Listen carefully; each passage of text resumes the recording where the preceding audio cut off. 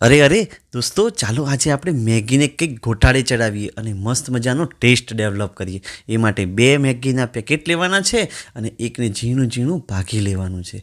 બસ પ્રયત્ન ગમે તો લાઈક જરૂર કરજો.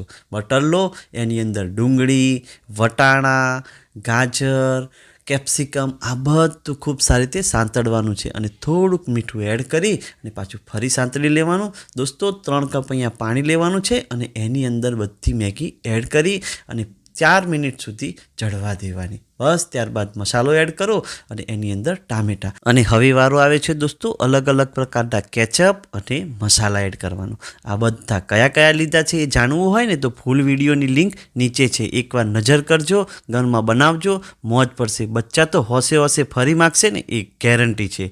આંખને ગમી જાય ને એવો મસ્ત કલરવાળી ગોટાળાઈ મેગી બનીને તૈયાર છે. પ્રયત્ન ગમે તો લાઈક અને સબસ્ક્રાઈબ કરવાનું ભૂલતા નહીં.